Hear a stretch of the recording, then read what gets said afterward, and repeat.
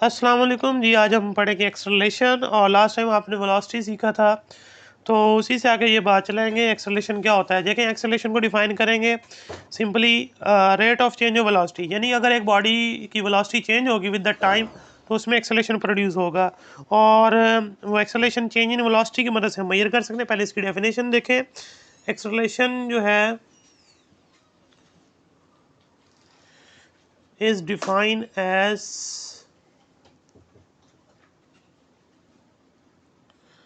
as the rate of change of velocity of a body। इसको formula जो है इसका वो लिखेंगे सिंपल, चेंज इन वेलोसिटी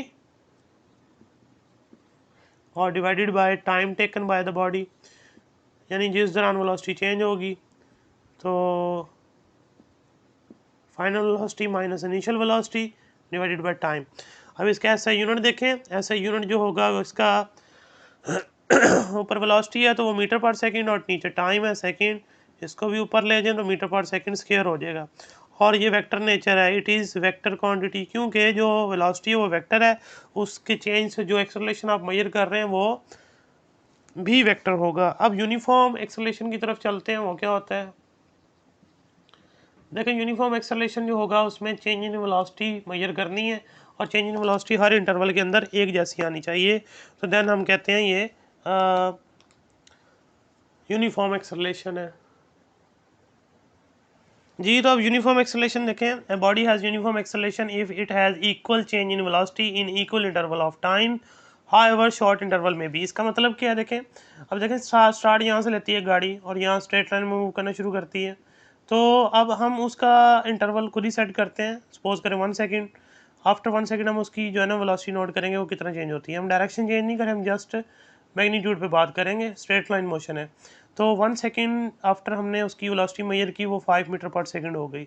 उसके बाद 1 सेकंड बाद मज़ीद हमने उसकी वेलोसिटी मेजर की तो वो 10 मीटर पर सेकंड हो गई। फिर 1 सेकंड बाद मेजर की तो वो 15 मीटर पर सेकंड हो गई।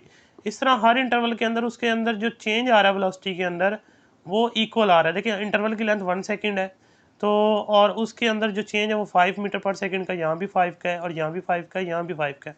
हर इक्वल इंटरवल के अंदर जो वेलोसिटी में चेंज है वो इक्वल है, तो हम कहते हैं ये यूनिफॉर्म एक्सेलरेशन है। और अगर हर इक्वल इंटरवल के अंदर वेलोसिटी के अंदर चेंज इक्वल नहीं आएगा तो वो नॉन यूनिफॉर्म एक्सेलरेशन होगा।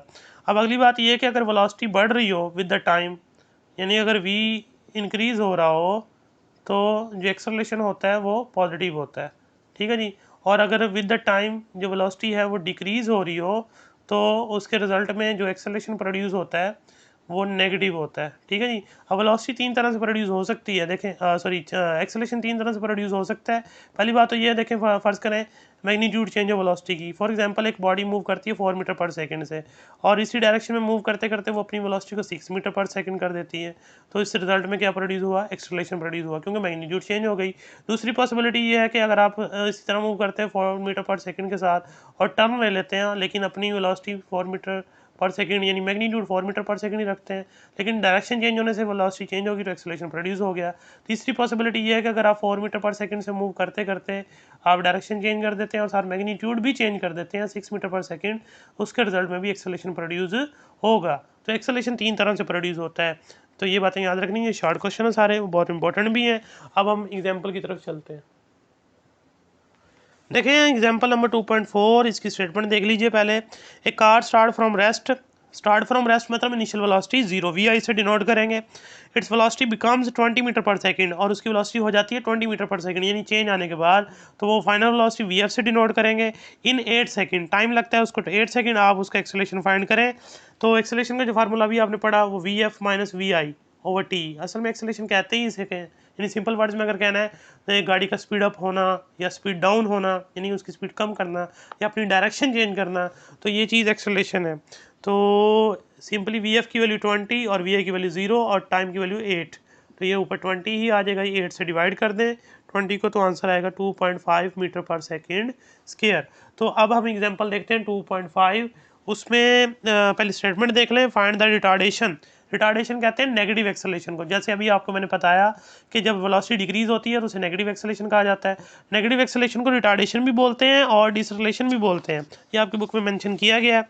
तो find the retardation produce when a car moving at at a velocity of 30 metre per second slows down uniformly to 15 metre per second in 5 second. तो गाड़ी स्लो डाउन हुई, initial velocity उसकी थी 30 metre per second और finally उसकी velocity कितनी हो गई 15 मीटर पर सेकेंड, और इस प्रोसेस के लिए टाइम लगा जो वो 5 सेकेंड था। अब आपने एक्सेलरेशन फाइंड करना है, तो एक्सेलरेशन जो होगा वो नेगेटिव होगा, इसी इसका नाम रिटार्डेशन का है। तो इसका सोल्यूशन भी उसी फार्मूले से होगा जैसे v equal to V F minus V I over T से। तो देखें a is equal to V F minus V I divided by T. तो वी एफ की जो वैल्यू है वो देखें कितनी होगी 15 और वी आई की वैल्यू 30 और टाइम की वैल्यू 5 होगी। तो जो आंसर आएगा देखें -15 डिवाइडेड बाई 5, तो डिवाइड करेंगे इसका आंसर -3 आ जाएगा। तो -3 और 7 आ जाएगा मीटर पर सेकेंड स्क्वायर। अब जो नेगेटिव साइन है वो क्या शो कर रहा है कि ये नेगेटिव एक्सेलरेशन है और इसे रिटार्डेशन कहते हैं क्योंकि वेलोसिटी डिक्रीज हुई है। तो अब नेक्स्ट टॉपिक जो आपका आएगा उसमें हम ग्राफ्स के बारे में बात करेंगे, ग्राफ क्या होता है, और उसके बाद फिर हम इक्वेशन ऑफ मोशंस की तरफ चलेंगे, ग्राफिकल मेथड से वो ड्राइव करेंगे। Till then take care.